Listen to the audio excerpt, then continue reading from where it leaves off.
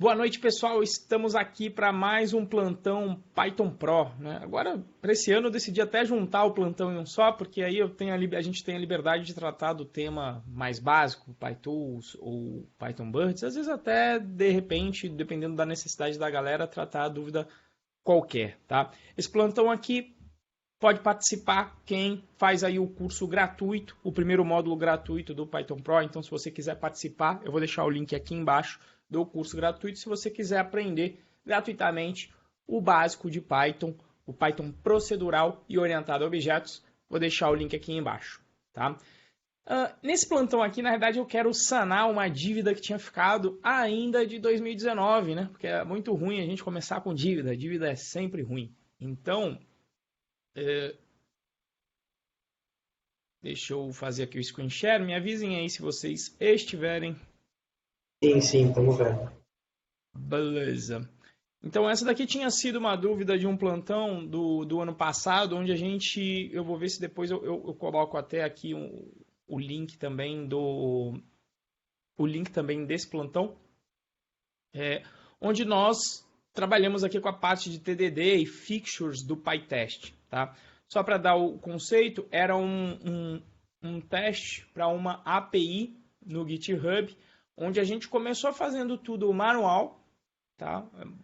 Todos os conceitos de mock, etc. Mocamos uma biblioteca, que é o requests, na unha, na munheca, mostramos os prós e os contras de fazer isso, o que a gente tinha que fazer, etc. Depois a gente chegou a utilizar a biblioteca Mocker, na verdade o mock, né, que vem encapsulada dentro do PyTest com o PyTest Mocker, que é esse daqui. E aí eu só comentei que havia uma forma ainda mais fácil de nós nos certificarmos, tá certo? Sobre quando a gente está fazendo testes com API, que é através da biblioteca Responses.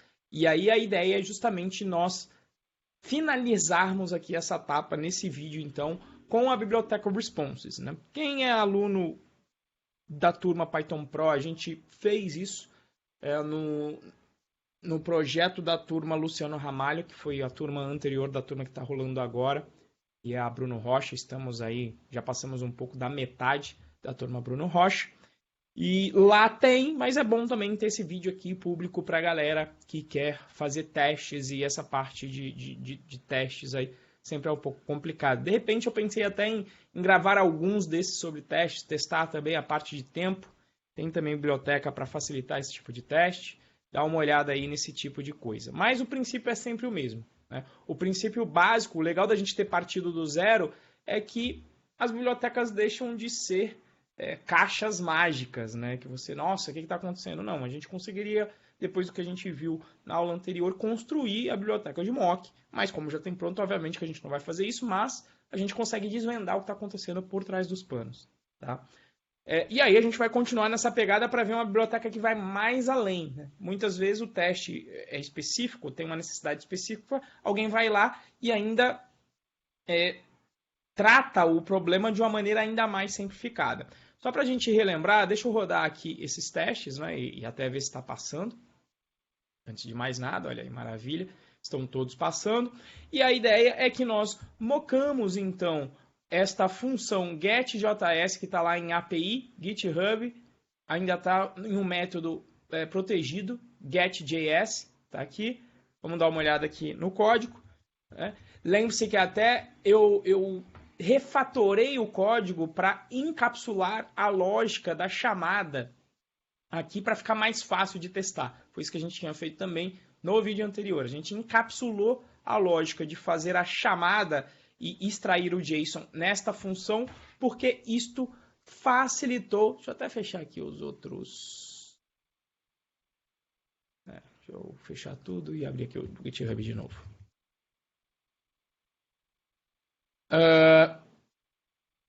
Então, essa função getJS foi criada basicamente para facilitar o meu teste, de forma que no meu mock eu não tenho que dar muita volta para conseguir mocar. Como a função é um objeto simples, que simplesmente é executado e retorna um valor, a gente chegou a refatorar e aí o patch ficou relativamente simples para a gente retornar então, a resposta que estava aqui, que a gente mocou. Tá certo? Então, essa é uma abordagem válida. Só que quando você quer testar a API, uma turma de um produto também muito bom que a gente vê no curso PyTools, que é a biblioteca Sentry, serve para você conseguir basicamente logar e monitorar os seus erros e receber os seus erros de forma ordenada na sua aplicação. Eles desenvolveram uma biblioteca bacana que se chama Responses. E até o nome é excelente, né? Porque a biblioteca mais famosa aí de Python, a mais baixada, se eu não me engano, é a biblioteca Requests, que serve para você fazer requisições HTTP. E aí, para fazer o teste, o pessoal criou essa biblioteca Responses, né? Então, seria uma de requisições, eles criaram respostas, né? Deixa eu colocar aqui na unidade Responses Python, porque o termo Responses é muito genérico. Então, veja aqui, ó, como eu falei do pessoal do Sentry, por isso que está aqui até no Get Sentry, a organização aqui que fez este código, o Sentry também, que é open source. E aí você dá uma olhada aqui, vamos dar uma olhada na documentação por cima. Bom, tenho que instalar, então vamos fazer isso daqui a pouco. E o legal é que o Responses ele fornece este decorator de forma que você não tem que fazer o patch na munheca, como a gente fez. Simplesmente você vai... Inclusive, você pode fazer um patch com várias chamadas que você quer fazer. A gente pode até fazer isso depois. Enfim, fazer as chamadas em diversos tipos aqui diferentes. Então, aqui o que ele está mostrando? Ó? A gente usa o Responses. Você pode utilizar aqui este decorator dentro de um teste. Tá? E aí, o que o Responses vai fazer? Ele vai mocar a biblioteca Requests para você, mas vai fornecer uma interface mais amistosa para você emular o acesso a essa API. Então, o que esse Responses Edge está fazendo? Ele está fazendo o quê? Olha, emule para mim uma chamada GET. Então, quando você bater no Requests, na realidade, você vai emular isso. Então, uma chamada GET feita no endereço foobar. E quando você perguntar a resposta, eu vou te passar esse JSON aqui e você ainda opcionalmente pode passar o status code que vai ser retornado. Nesse caso aqui ele passou um 404, que seria um status de página não encontrada. Né? Então, quando você bate aqui no foobar com requests, veja aqui ele emulando para a gente. Quando eu pergunto JSON, o que ele está retornando? Justamente o que foi passado aqui, nessa fase de setup do Responses. Quando você pergunta quantas chamadas existiram aqui no Response, ele fala uma. Por quê? Justamente só esse GET aqui. Quando você pergunta qual é o URL desta primeira chamada, ele responde aqui, ó, foi feito foobar. E qual foi o texto retornado, você pega isso daqui. E aí ele está lá falando, olha, se você tentar pegar uma URL que não exista, e isso é bem bacana, porque aí evita a gente não precisa fazer um assert code ou alguma coisa do gênero, a gente vai ver isso depois no código. Veja que ele vai aqui, ó, ele vai dar um raise connection error, ou seja, se a gente não faz, olha, ele só ativou, mas ele não fez o setup dizendo, olha, eu vou fazer uma chamada. Como você falou que não espera nenhuma chamada, se você fizer, ele lança uma exceção connection error. E ele vai te falar, olha, eu não esperava uma chamada GET aqui nesse endereço. Né? E aqui, inclusive, tem lá, ó, você pode dizer que vai lançar uma exceção quando tentar executar uma chamada GET, enfim. São várias coisas importantes que tem aqui. Tá? Isso daqui também, você pode também adicionar diretamente o método GET, então tem esse objeto response, que representa uma resposta que ele vai retornar. Tem mais coisas aqui, o que mais que tem de importante aqui? Request callback, inclusive, isso daqui é quando você quer colocar uma função que vai receber o request, e aí quando você quer que a resposta dependa do payload, você pode então colocar esse callback que vai ser executado e você vai poder extrair extrair parâmetros do request para montar o payload de resposta. Então é um teste mais complexo. A gente não vai utilizar isso em particular nessa aula. E existe uma última coisa aqui que eu quero ver aqui. Essa parte aqui é importante quando nós estamos trabalhando com o PyTest. Se a gente quiser utilizar o responses dentro de uma fixture, para não ter que ficar repetindo toda hora um setup, a gente pode fazer isso utilizando o conceito de fixture em conjunto com o conceito de gerenciador de contexto, que é um conceito um pouquinho mais avançado, mas eu posso explicar o básico dele quando a gente estiver vendo aqui no código, tá? Então, qualquer ideia, a gente fazer aqui um pull request para refatorar este código para utilizar o responses. Entendido aí o objetivo, galera, da aula? Sim, tranquilo. Então, vamos lá, né? Então, vamos começar instalando a biblioteca. Opa, não aqui, mas no terminal. Aliás, vamos utilizar o outro terminal que fica mais visível. Opa.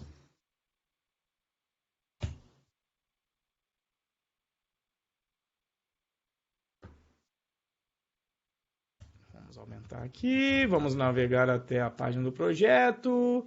Eu sempre esqueço o nome desse projeto. Plantão de dúvidas. Plantão de dúvidas, pipenv install -d, porque é uma dependência de desenvolvimento, e aí vamos instalar lá o responses.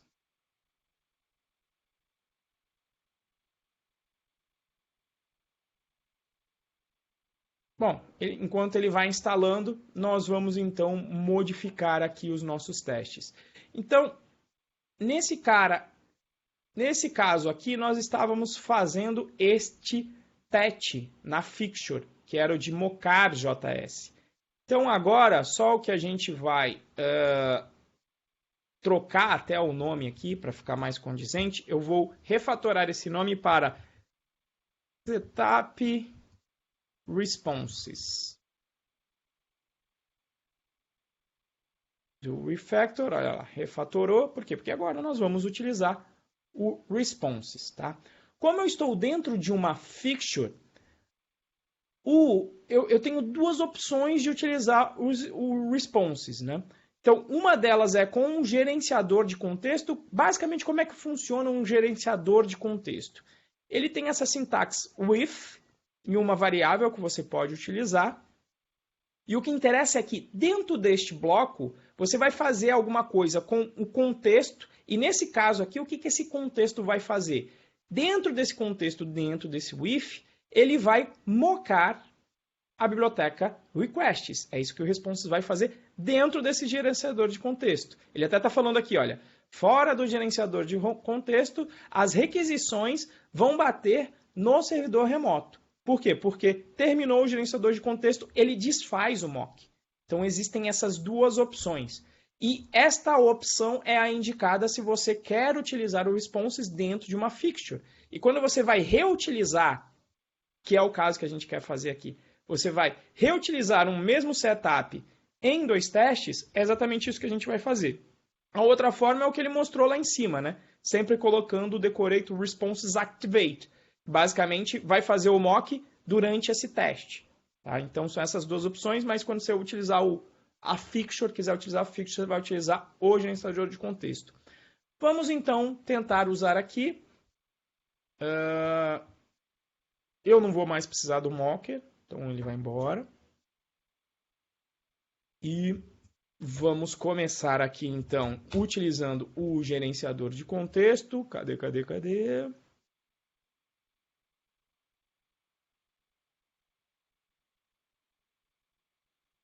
o if? Using callback. Ué, passei dele. Estava ali em cima, né?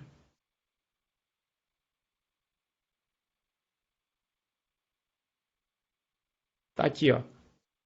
Então, vamos até copiar, tá? E até ver esse parâmetro aqui que é interessante, tá?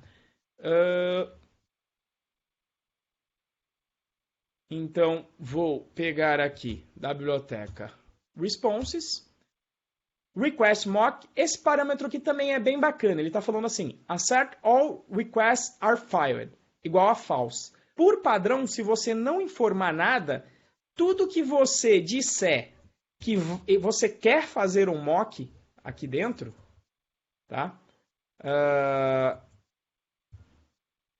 Se você não fizer a chamada, ele vai dar um erro. Ele vai falar, olha, você fez um setup e aí você disse que ia fazer alguma coisa e você não fez.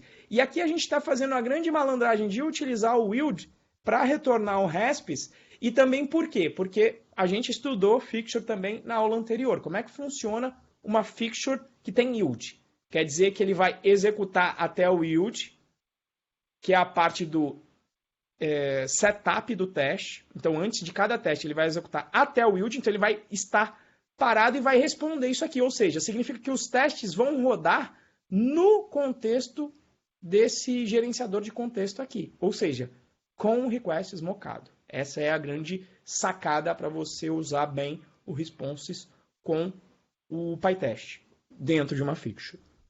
Tá? Uma vez que eu faça isso, vamos rodar aqui os nossos testes.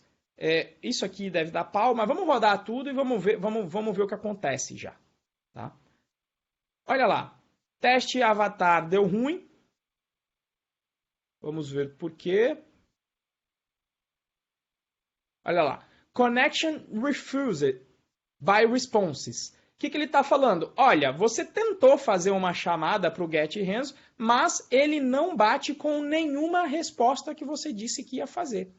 Por que ele está me dando erro? Porque eu não fiz o setup de nenhuma resposta aqui. Como eu não fiz o setup, se eu tentar acessar a biblioteca de requests e fazer uma chamada, ele vai me avisar e vai falar, não vai rolar esse teste aí, você não vai conseguir fazer. Então veja que os meus testes falharam. Inclusive eu esperava que, na verdade, falhassem todos. Ah, não, é porque o teste avatar Vitor é o que não tem o setup, é o que está batendo no GitHub de verdade. Né? Então por isso que esse não pegou, beleza? A gente já deixado esse cara aí para mostrar um teste aí com a integração batendo efetivamente na API de verdade. Então, o que a gente vai ter que fazer? A gente vai ter que preparar, então, aí, esse responses. Aí a gente vai utilizar lá, pode também utilizar a colinha aqui para a gente entender o que está acontecendo. Ó. Então, eu estou dizendo para o responses que é para ele emular uma chamada que vai bater nesta URL aqui. O body eu não preciso, o padrão já é status e o application JSON. Como eu já tenho o JSON que eu já tinha feito lá da outra vez, que era a resposta lá em cima, a gente vai inclusive reutilizar aquela variável que a gente tinha criado aqui, ó, que é o resp hands-on, né, que a gente tinha feito. Então o que eu vou fazer? Ó? O JSON que ele vai retornar é justamente esse cara aqui. Vamos rodar novamente os testes e ver que ele vai dar um erro. Por que ele vai dar um erro? Eu fiz o setup para o Twitter. Só que não é o Twitter onde eu vou bater, né? Onde eu vou bater efetivamente, olha lá. E ele está dando um erro assim, olha. Deixa eu ver, setup failed.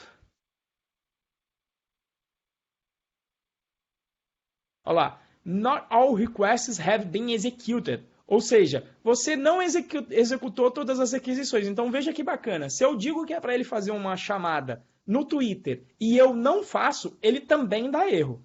Então quer dizer, eu tenho que consertar isso aqui agora. Tá? Vamos consertar. Cadê? Ele me bateu aqui com... Cadê? Eu tinha um assert, call with. Deixa eu lembrar aqui qual era o... é isso aqui, ó. Essa URL aqui que eu preciso, né? Então, qual que é a ideia? Eu tenho que passar a URL correta que ele vai chamar. Que no caso lá, era quem? O HTTPS, lá na API do GitHub, com o meu username, que é RenzoN. Agora que eu consertei, vamos rodar o teste. Opa, agora eu esperava que passasse. Por que deu ruim aqui?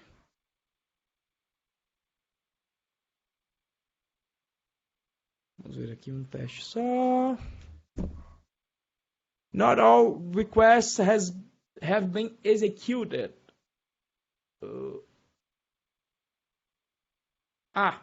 Eu tirei o yield. Veja que o yield faz diferença. O que ele fez? Por que não funcionou aqui, ó?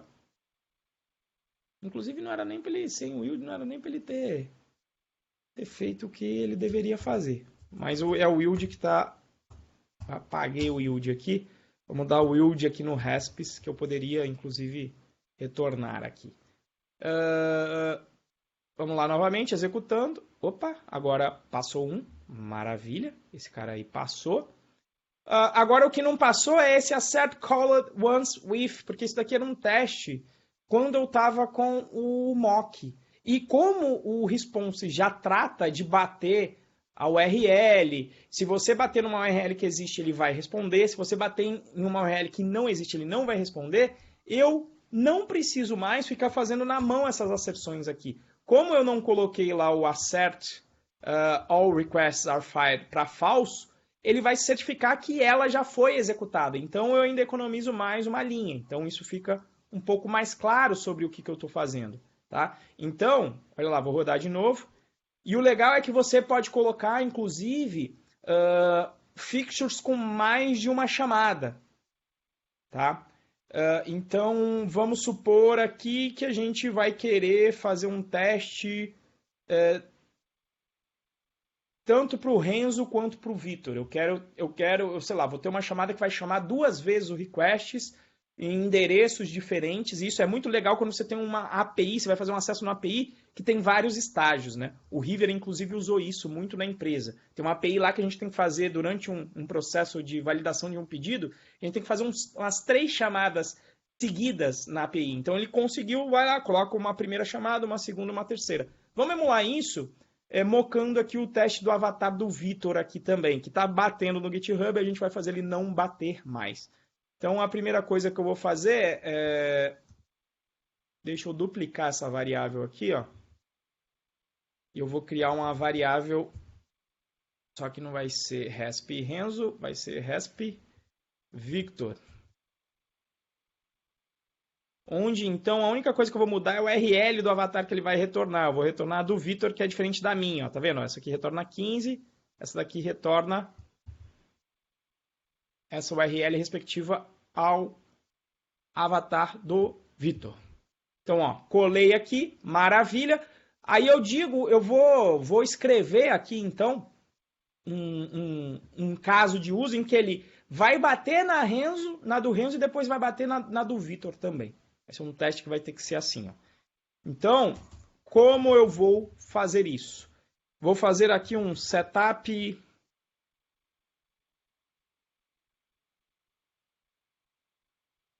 Um setup para o do Vitor aqui.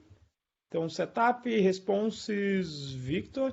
Vou fazer até lá embaixo, mais próximo da função de teste. Vou levar isso para lá. Pronto, tá aqui. Ó. Vou ficar mais próximo para a gente ver aqui o que está acontecendo. Então, a ideia é o quê? Eu quero fazer a mesma coisa que o setup response está fazendo, que já é este with aqui, mas eu vou querer ainda... Inclusive ficou ruim esse nome aqui, mas vou deixar esse setup aí mesmo. E aí, eu vou fazer o seguinte, eu vou adicionar uma chamada, além dessa aqui que está rolando com o do Renzo aqui, eu vou adicionar mais uma, que vai ser o quê? Uma chamada get, só que a chamada, no caso do Victor, tem que chamar com a URL desta forma aqui. Veja, eu só fiz isso para eu não duplicar esse código que está aqui. Ou, eu acho que por razões de leitura, para ficar mais claro, eu não vou reutilizar. Mas a forma de não duplicar código seria essa. Mas eu vou duplicar aqui só para ficar mais claro a etapa aqui do que eu estou fazendo, tá? Então, eu não vou utilizar o setup Raspis, eu quero colocar um embaixo do outro mesmo aqui para entender. Então, vamos supor que, de acordo com a minha lógica de negócio, aqui nesse teste eu tenho que fazer 2 chamadas. Uma para buscar o do Renzo e outra para buscar o avatar do Vitor. Tá? Bom, então, veja só que bacana. Eu posso bater, então, na URL. Quando eu chamar o getAvatar com o Vitor, ele vai retornar isso. E quando eu retornar o getAvatar com o RenzoN, ele vai retornar isto aqui. Então veja, como eu emulei as duas respostas, quando ele passar com o meu nome vai funcionar por conta disso, com a LN Victor também. Na verdade eu tenho que passar a URL inteira. Copiei tudo. Na verdade é isso aqui, ó. Vai bater nesta URL. Essa é a primeira chamada, respectiva a esse primeiro acerte aqui que eu mudei de posição agora. E esse daqui vai ser a segunda chamada. Tá? Vamos rodar os testes agora e ver se a coisa... Ah, faltou o setup responses Victor. Então vamos ver que bacana. Opa, bacana mesmo. Nem funcionou. Vamos entender por quê. O que faltou?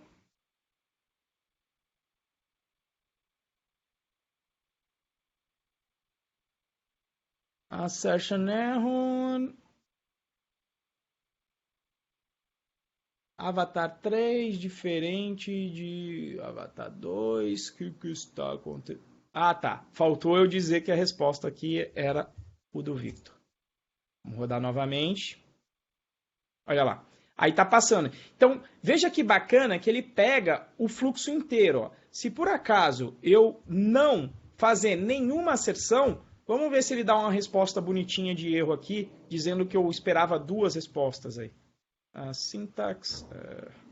Vou colocar um PES aqui para ele não. Rodar de novo. Olha lá. Not all requests have been executed. Ele está passando para mim, ó. Quais são as duas chamadas que eu esperava? Essas duas. Cadê? Quantas ele chamou? Não chamou todas. Então é isso que ele está falando aqui, ó.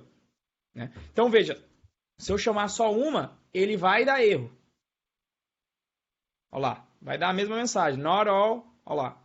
Have been executed. E ele está falando qual é, né? Olha, como eu chamei aqui com o Renzo N, ele está falando, ó, tá faltando a que chama no LN Victor. Então veja que se eu fosse mocar isso aqui, daria um pouquinho de trabalho. Eu teria que falar de como é que a gente moca com efeito colateral. Aqui já não. O Response já abstrai isso tudo pra gente, ó. E já deixa eu dizer, se você vai acessar várias vezes um response, esse passa a ser a receita de bolo. Né? Mock, diga quais são as respostas esperadas durante um fluxo de trabalho, né? E aí você consegue mocar assim, de uma forma muito mais bacana. Aqui, quando você diz o JSON, você já pode passar o dicionário completo, ele já vai setar, inclusive, os cabeçalhos de retorno do response para application JSON. Então, ele já prepara isso tudo aí para a gente. Tá? Vamos ver as dúvidas aí, pessoal. Essa daqui foi rápida, né? Ó, meia hora de live aí já está no esquema. Deixa eu ver aqui o que a galera perguntou aqui no chat. Vou colocar aqui para sair também na gravação. Boa noite, galera. Desculpe o atraso. Wagner, aqui é igual mesa de bar, né? Chega quando pode, participa aí, tá tudo certo. Sempre tive dúvida, nunca entendi direito o que esse yieldify serve. Então você perdeu a live respectiva anterior, que a gente explicou isso, Eric. Eu vou linkar depois nessa gravação aqui, quando eu for mandar o e-mail com a gravação na quinta-feira. Inclusive eu estou fazendo isso, né? A live vem na terça-feira, aí eu mando a gravação na quinta, tá? Por quê? Para não encher também de e-mail a galera, porque eu faço a aula da turma na segunda e eu mando para a galera, aí na terça eu mando os e-mails do plantão, na quarta eu mando a gravação da aula para a galera com e-mail e na quinta eu mando essa gravação aqui. Mas aí a live a gente explicou e era justamente a pergunta que está aqui, ó, no plantão lá. Gostaria que fosse abordada as fixtures do PyTest. Fiquei meio confuso quando é trocado o return pelo yield. Não entendi muito bem o conceito desse parâmetro. E aí a gente respondeu na do ano passado. Inclusive, obviamente que eu tenho uma tática para eu não precisar também responder a mesma coisa várias vezes, é eu gravar essas lives com as dúvidas mais recorrentes, justamente porque aí eu faço o que eu fiz com você agora, né, Eric? Fala, ó, já está respondida essa live aqui. Ou o que eu faço às vezes quando é com aula gravada, ó, está respondido, está nessa aula aqui. Esse exemplo dado foi testando a API sem a necessidade do acesso à net. Corretíssimo, Wagner. E ainda tem um detalhe muito doido dessa lib. Veja que ela é poderosa.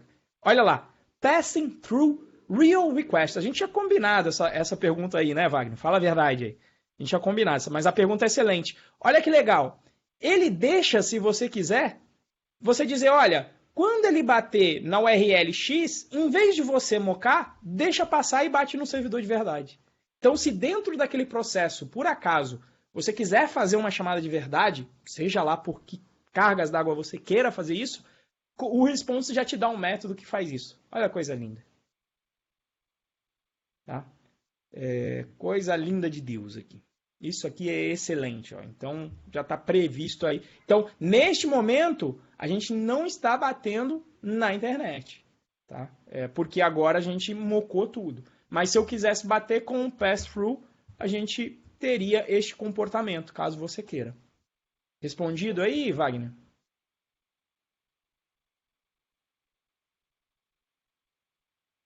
Aliás, aqui deixar também os meus parabéns aqui para o Wagner.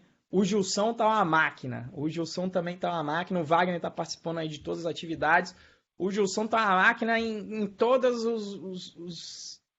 as esferas aí do curso, né? Ele manda pergunta no fórum, ele manda pergunta lá no grupo privado do Telegram, ele participou hoje de manhã do Café com Python que a gente fez. Depois eu vou também criar uma lista de e-mail também agora eu coloquei aí nos e-mails também dos plantões uma forma de vocês, se vocês falarem, não quero receber mais os e-mails dos plantões, aí você consegue não receber. Coloquei uma mensagem também, se você não quiser receber e-mail nenhum, você pode se descadastrar lá da lista. E aí eu pretendo fazer uma lista também para o Café com Python, que também é um live code, só que aí a gente está implementando features de verdade no próprio site do Python Pro. A gente fez hoje de manhã, o Gilson estava lá também. Deixar aqui meus parabéns. É isso que eu gosto de ter esse trabalho aí da galera mandando pergunta. Por quê? Porque eu sei que quem está participando assim, está mandando pergunta, tenha fé que o resultado vem. Porque você está trabalhando, melhorando a cada dia. Eu vou vendo a qualidade das perguntas melhorando. Inclusive, eu me lembro de uma do Gilson que fez justamente sobre fixtures, que ele falou sobre um dry. Eu respondi ele no fórum lá. Então, parabéns aí a galera que está participando sempre. Vocês que participam, tenho certeza que vale a pena, continua, que o resultado... Eu sempre sou avesso a dizer 100%, porque 100% é sempre complicado. Mas assim, eu sempre digo, se você não fizer nada, é garantia que o resultado não vai vir. Se você fizer alguma coisa, a probabilidade vai cada vez aumentando, cada vez que você melhora mais. E com a carência de profissionais na área de TI, eu não tenho dúvida que a vaga de vocês vai chegar. Tá? Dúvidas aí, galera?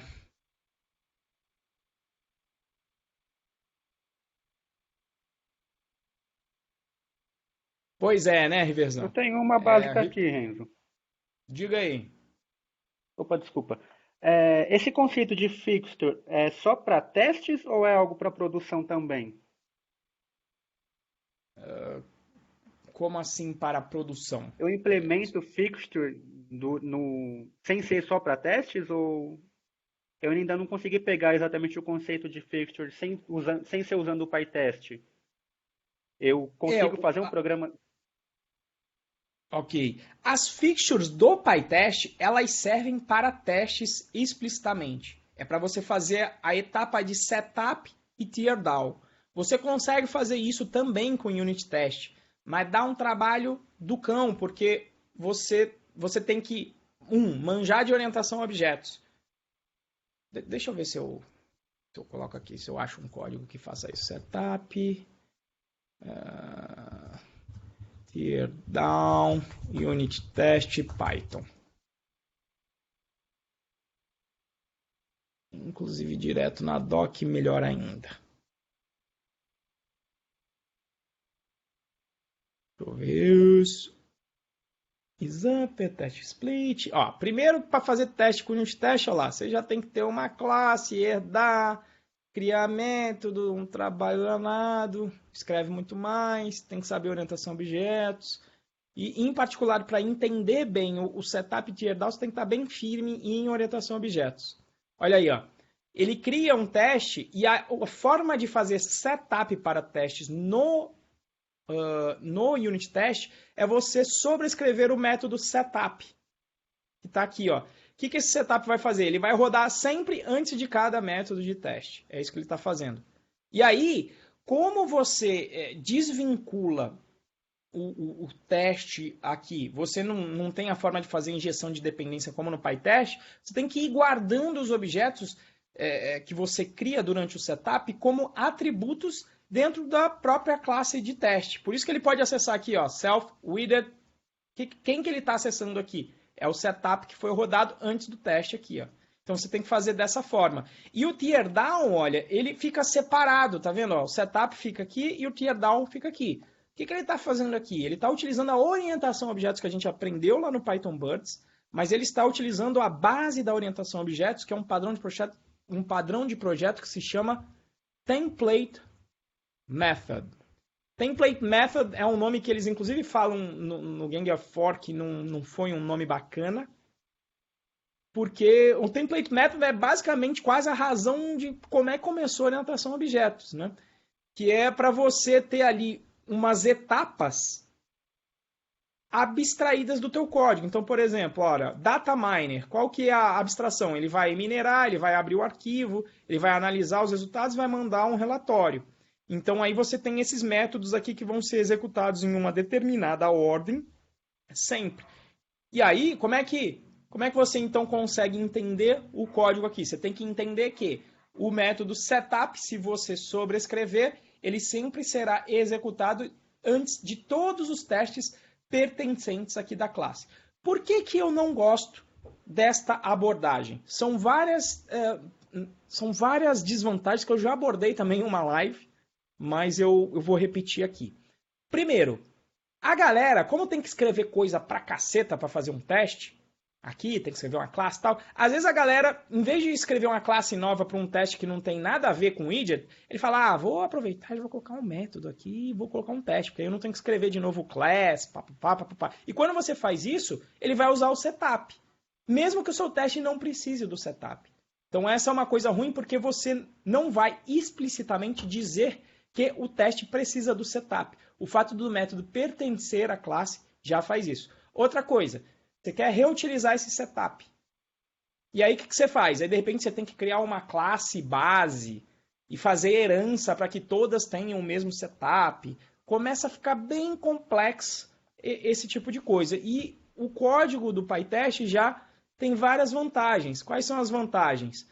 O setup e o teardown acontecem dentro do mesmo contexto da função da fixture. Então fica tudo aqui, setup e teardown. E você explicitamente diz onde você quer usar a fixture. E aí você pode reutilizar onde você quiser. Tá? Então, assim, você escreve muito menos e você tem um controle muito maior.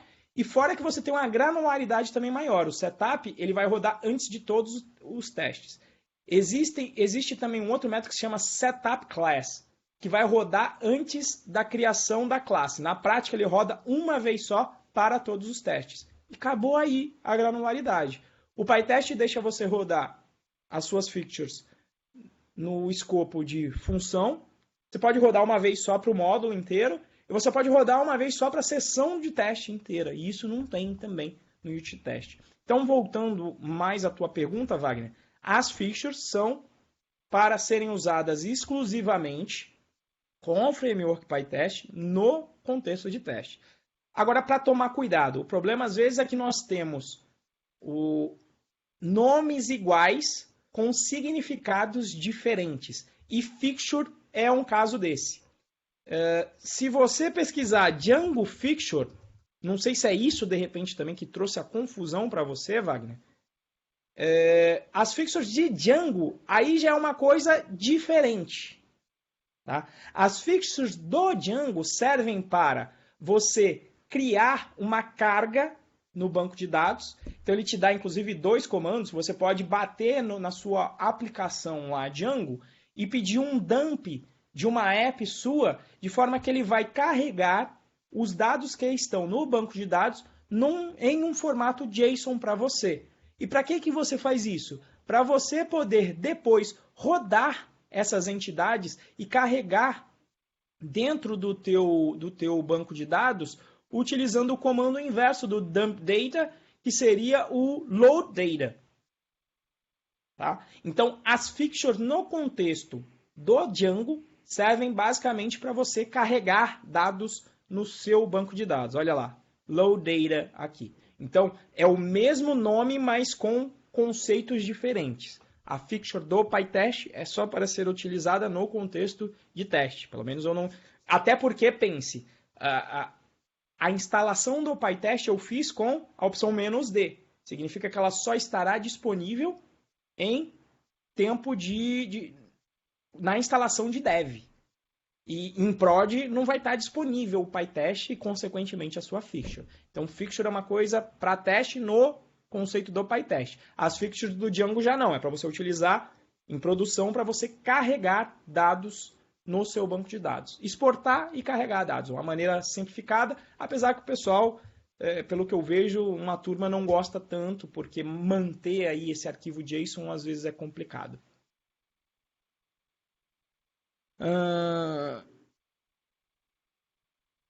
Maravilha aí, Gilson. Essa é a pegada aí mesmo. É essa a pegada. Se não fazer nada, nada acontece. Certo é isso e a morte. E pagar imposto. Então é arriscado não fazer nada, na minha opinião. Wagner, saquei, era essa sim minha dúvida. Então era esta confusão entre a fixture do PyTest e do Django, ô Wagner? Era assim, eu não sabia exatamente se era só uma questão de testes ou se era algo que a gente usa no dia a dia mesmo, sem ser com testes. Isso, então só usa com teste e só lembrando que o nome é o mesmo, fixture, mas o conceito é diferente. Inclusive, pegando a tradução, eu sempre esqueço, não sei porque eu sempre esqueço a tradução. Eu já, em outra live, eu procurei isso. Luminária, eu acho. Não, mas não é esse sentido. Eu, no começo, tinha um certo receio de usar as fixtures do teste, justamente pela confusão, porque vou estudar Django lá no WTTD e o Henrique diz que tem que corram das fixtures. Sim, porque fazer a manutenção do JSON é ruim, né? É melhor você ter uma migration, possivelmente, se for o caso de sempre colocar no banco, é melhor você fazer isso com código, porque o código é muito mais fácil de você manter. Se você muda a estrutura do teu modelo, você não muda a estrutura do teu JSON. Vamos supor, se você muda o nome de uma coluna, o teu arquivo JSON está lá com o mesmo nome. E aí, como é que você vai atualizar? Você vai fazer um código para atualizar o JSON, você vai fazer um dump de novo, que pode não ser o mesmo dump que você esperava antes, porque tem mais elementos ou não. Essa é a razão. Então é melhor, de repente, você ter um comando que crie essas fixtures de forma programática. Você coloca lá mesmo, cria o modelo e salva eles no banco, está tudo certo. Você cria um comando para rodar em vez de ter o load data. Mas eu usei uma vez aí eu usei para carregar os dados mais de desenvolvimento do próprio site Python Pro. Para ele já dar uma carga inicial. Mas eu fiz para pelo menos aprender. Eu já sabia, eu já tinha essa dica do Henrique, né? Mas eu falei, não, eu vou fazer para testar, né? Para ver como funciona e para tirar as minhas conclusões. E as conclusões, a minha conclusão foi essa, né? Vamos até dar uma olhada aqui. É legal aqui que está salvo. Né? Veja que ele deve estar até aqui, olha lá. Olha lá. Se você quer popular o banco de dados com alguns conteúdos, rode Python Manage Py, load date Python Pro Contents. Ah, tá, mas o que é Python Pro Contents? O que é esse arquivo? Vamos dar uma olhada.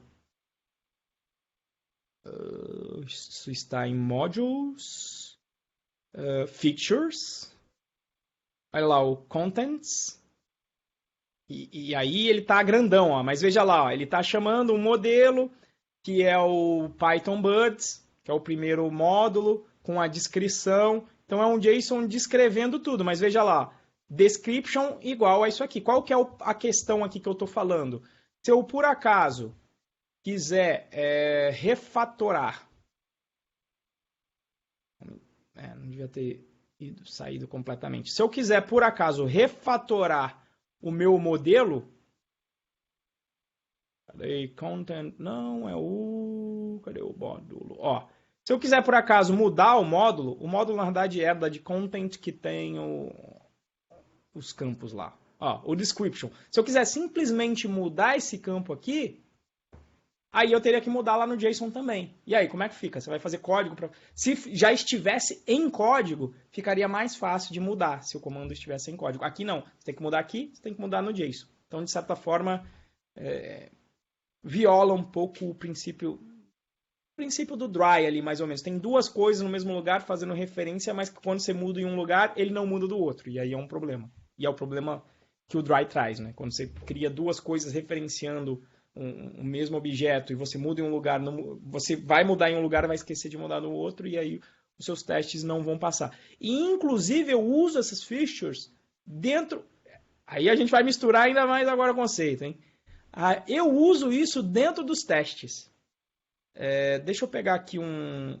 E aí foi preguiça minha também, tá? Mas eu ainda estava aprendendo a coisa, então valeu pelo aprendizado. Deixa eu ver aqui o que eu fiz. Cadê? Deixa eu ver se está aqui. Load. Module. Não, aqui eu usei o Model Mummy, aqui eu estava certinho.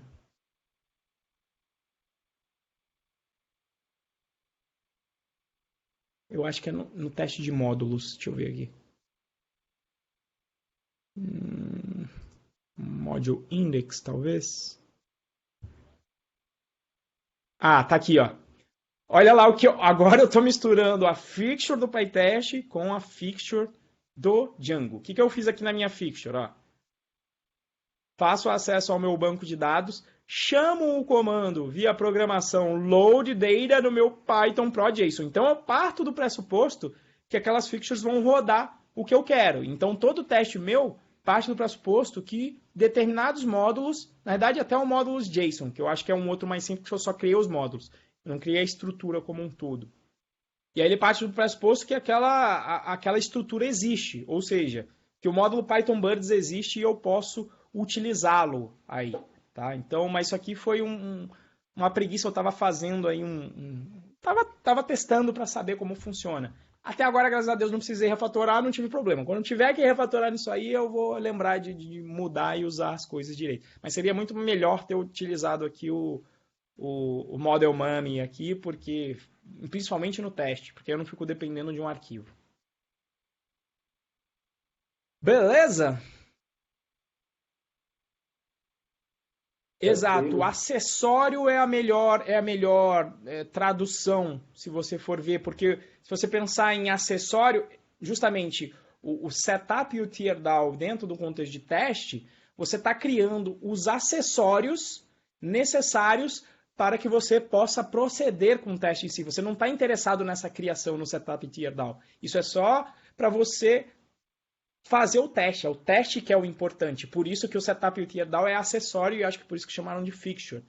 No caso do Django, chamar de acessório, não sei, não me remete aí exatamente ao que ele faz, que é dar uma carga aí no banco, mas enfim. Acessório seria uma tradução menos ruim. Attachment, fixture, adjunto.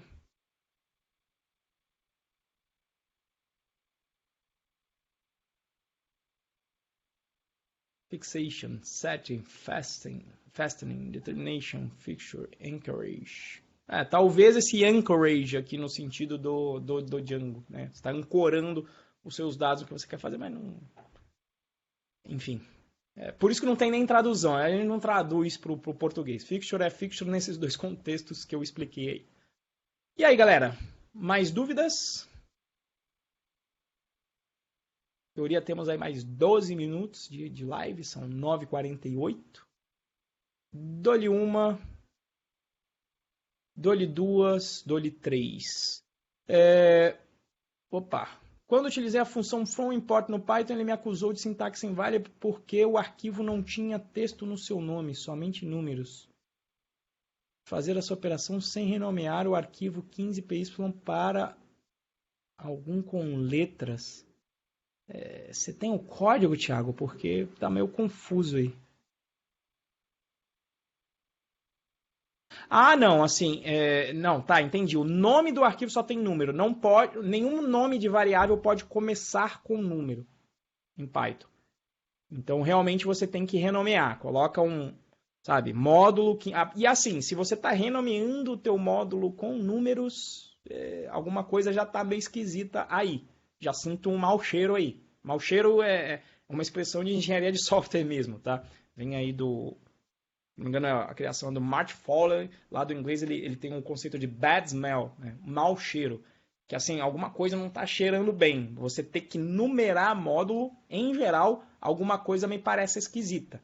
Possivelmente você deve poder usar uma lista, mas faz o seguinte, como não tem muito a ver com a live de hoje, acesse lá o fórum.python.pro.br, você precisa estar cadastrado, e aí você vem aqui ó, na sugestão de dúvidas para semanal, ainda vou editar aqui, ó, já vou aproveitar porque ficou péssimo aqui esse título, ninguém me avisou de nada.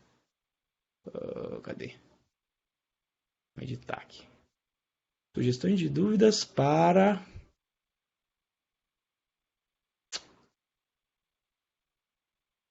o Plantão Python Pro semanal. Então você vai entrar lá no fórum e aí posta a sua dúvida aqui, posta código, fica até a dica, né? Quando vocês forem perguntar, se tiver código é a melhor coisa. Procura dar bastante contexto, né? Se você tiver aí utilize aí um serviço do GitHub, se você sabe mexer no GitHub, se você não sabe, vou deixar o link aqui embaixo também do curso PyTools, onde eu ensino o básico de Git para você saber criar o seu repositório. Se você não sabe, eu recomendo utilizar o Gist do GitHub, que é um serviço para você compartilhar código. Olha lá, você coloca o código aqui, salva com a extensão PY,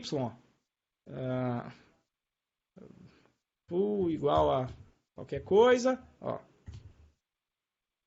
Criar um Gist público, quando você salva, olha lá que maravilha, ele já te dá um link, você vai pegar esse link e vai mandar para a galera. Então você colaria o link com o teu código aqui. Então quando for mandar uma pergunta, principalmente dessa, poste lá, fala, olha, eu estou tentando fazer isso, estou nomeando os meus módulos com números, gostaria de saber como é que eu faço isso. E eu estou recebendo o seguinte erro, olha ali, importa, inclusive coloco o erro aqui, tá? E uma dica que eu dou para a galera, depois eu vou fazer uma aula de como usar a plataforma e deixar público como a primeira aula do Python Birds, tá? E aí, inclusive, se você for postar código, se ele for mais simples, você pode colocar até aqui mesmo. Olha. Coloque 3 crases, feche com 3 crases. Depois que você faz isso, tudo que vem aqui dentro você pode encarar como código. Ó. Foo igual bar, sei lá, lista igual a isso aqui. E aí ele fica bonitinho, com código, se fez 6 crulas, ficar grande, ó. E aí quando você posta, inclusive muita gente que ainda está no curso, volta e meia, toda vez que eu chego num post, eu vou lá e edito para o cara, porque as pessoas não usam isso de 3 classes. Então eu coloco as 3 classes, ó, o código fica bonitinho aqui para fazer a pergunta. Beleza? Aí você manda lá que a gente vê, pode ser num plantão, se for algo muito rápido, de repente a gente responde até aí. Normalmente as perguntas costumam não ficar sem respostas por mais de 24 horas dentro aí do nosso fórum. De nada, Thiago. Mais alguma coisa aí? 7 minutos. Dou-lhe uma, dou-lhe 2, dou-lhe 3. Pessoal, muito obrigado aí pela presença. Gilson e demais ali, o Vitor, o pessoal que fez aqui as perguntas. Deixa eu até voltar aqui, ó. Opa, apesar que estava mais para cima. Não, era outro item. Era o plantão. A primeira foi feita no plantão PyTools. A pergunta estava aqui, ó, que eu até tranquei esse tópico. Vai. Tá aqui. Então, o Gilson, o Vitor e o Wagner, que quem fizeram, ficou claro aí? Né? Pelo menos 2 de vocês estão presos. Ficou claro aí? Deu para relevar? Se vocês curtirem, vocês podem colocar coisas que eu pensei como extensões, digamos, dessa live. Mostrar teste com data, que tem a biblioteca FreezeGun, que é excelente para isso. Teste com números randômicos, eu acho que tem biblioteca, dá para fazer na mão também. Se vocês quiserem, mas o princípio é sempre o mesmo desse igualzinho. Se tem uma coisa que não tem uma função não determinística dentro do teu código, você vai ter que mocar. Pode ser que exista uma biblioteca específica para fazer isso, como é o caso da Responses, para mocar a lib requests e te dar uma abstração melhor. Quando não tem, você vai com a biblioteca mock e tem que mocar na unha mesmo. Às vezes é simples, às vezes não é, depende muito do caso. Beleza? Então, pessoal, muito obrigado para quem ficou aqui até agora e acompanhou isso aqui na live. Deixa eu até ver aqui a galera. Bateu uns 20, agora foi para 18. Everaldo, Felipe, Getúlio, Gilson e Lito. Não sei se é... Agora eu não lembro se é Juan. Espero que seja Juan. Deve ser Juan, né? De espanhol aí. Marcos. A Elisa está aqui com a gente também. Milton, Plautz, Ricardo, River, Thiago Rodrigues, Thiago sem H e Wagner. Muito obrigado aí pela presença de vocês. Muito obrigado para você também que está vendo essa gravação aqui no YouTube. E relembrando, se você quiser participar dessa live aqui, basta você se cadastrar no primeiro módulo gratuito, que eu vou deixar o link aqui embaixo para você participar dessas lives, postar suas perguntas, participar do nosso fórum e participar aqui ao vivo com a gente para tirar suas dúvidas, tá certo? Grande abraço, até o nosso próximo plantão na terça-feira que vem, 21 horas. Falou, galera! Opa, deixa eu ver aqui que alguém escreveu alguma coisa. Ah, não, era só um abraço. Falou, galera!